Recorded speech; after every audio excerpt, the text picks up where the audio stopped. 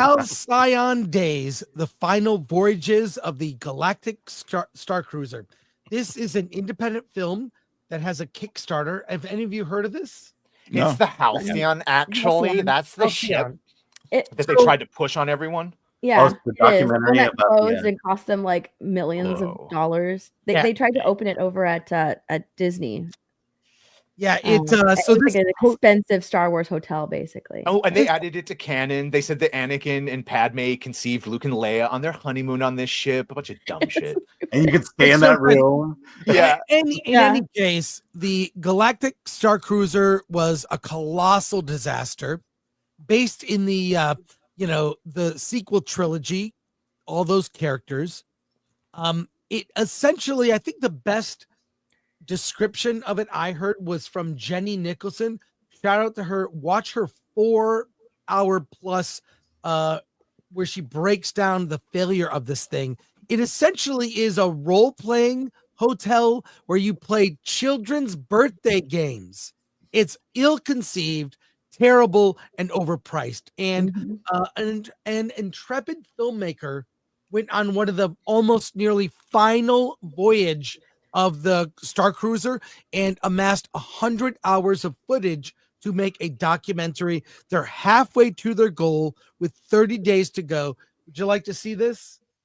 Let's watch the trailer. Does it show the people who got matching tattoos? It's I don't know what watch the whole thing. It's 5 minutes, but we'll get a little taste of it.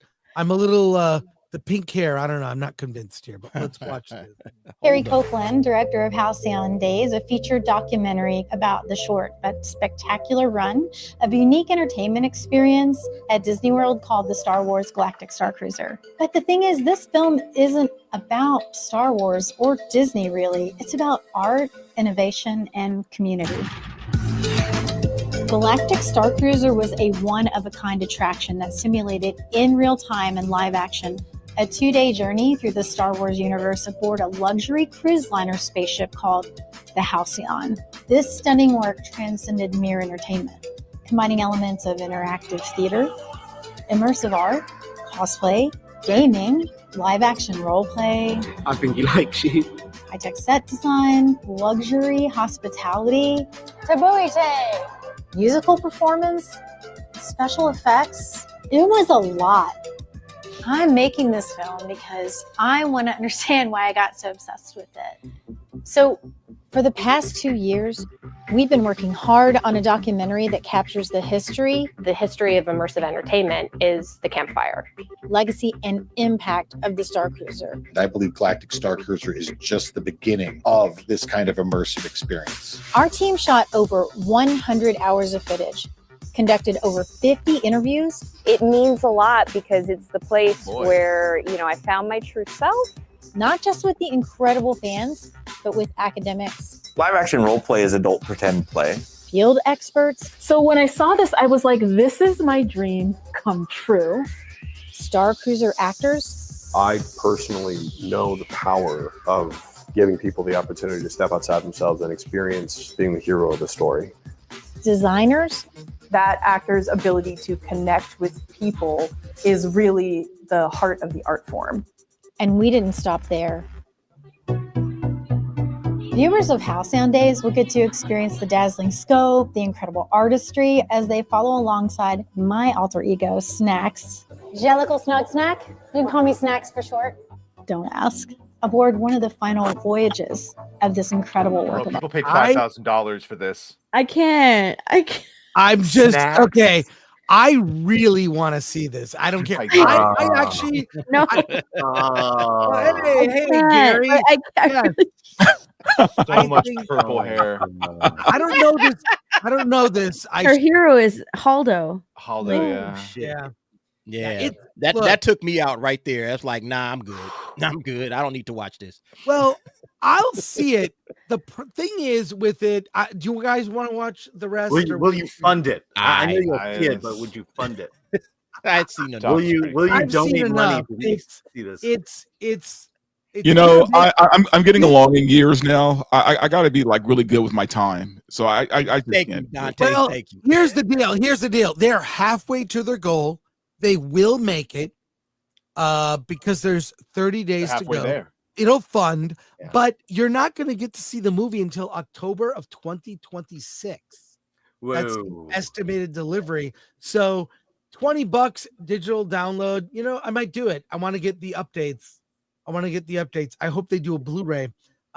So I'm really curious because this might be one of the biggest brand disasters ever, next to Galaxy's Edge, which is a Star Wars land at Disneyland. How do you screw that up? And they did. Make it look like Iraq. But I don't think this movie will address the brand disaster.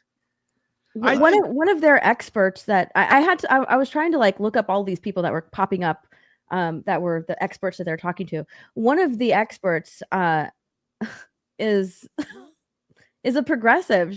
Literally, she says it's not possible to have a career in games if I don't see people who look like me existing in this space. Like Danny Lalonde. No, thank you. No, thank you. I'm not in. Look, I'll see it when it comes out. I want to see it. I also invest in a lot of Kickstarters. I've already, you know, I want to see where it ends, but it looks like it's going to basically be something that praises it and not get into the failure. Jenny Nicholson did a better job. I think that video of hers has millions of views. So good on her. It's exhaustingly detailed. This is, you know, just wanted to make you aware of it because I'm waiting for where's the Kickstarter for Acolyte Season 2, Chris? I'm waiting on that, man. You guys probably do that. Acolyte Season 2. Like where's my Kickstarter for that? I'll throw in on that one. I've got the action figures right here. I'm ready to go, man. I'm ready to drop some bread on that. We're ready to do it. Oh my goodness. You had to buy it. This does sound like good intentioned people. I will give them that. It sounds like good intentioned people who really fell in love with the Halcyon, with the Disney Galactic Star Cruiser hotel. But it at the same, so it does sound like they are fans of it, and they were very sad that, you know, it closed down. I think some people, if I'm remembering it correctly, I can't even remember. I think I'm remembering it correctly. They were like doing like an ode to the Star Wars Galactic Star Cruiser. So a bunch of people got like matching tattoos, or something like that. They were like in this exclusive group that like got to go on this because this was incredibly expensive. It was so expensive to try and, you know, book a trip on this thing. That's why it failed. How much was each way trip? too expensive. How much was it? 5,000 for like a family of 4 for 3 days, and it was like for 2. Oh, there you go. It was like 3 something. We just saw the first 2 minutes. Does people in the chat vote? Should we watch the rest of the trailer? Y for yes, N for no. Atomic Lori will let me know. No need to do a poll. Do people want to just visually? Do you want to see the rest of this trailer, or should we move on? Because I have another treat for you. Let me just say this about it. My question is, who do they blame for the failure of Galactic Star Cruiser? Is it the fandom maybe that they blame? Probably. How do you blame the fans for not liking I don't. There's no blame for the fans. But they'll blame us for the bad press going into it. And that racist, the bad press spoiled, but ultimately sunk the project. If people thought this was worth $5,000, they would have threw their $5,000 down and they would have went. No, this was not worth the money. That's why nobody showed up. That's why this thing has already been, you know, mothballed. This was a terrible experience, obviously, for the money, for what it was, you know, for the cost.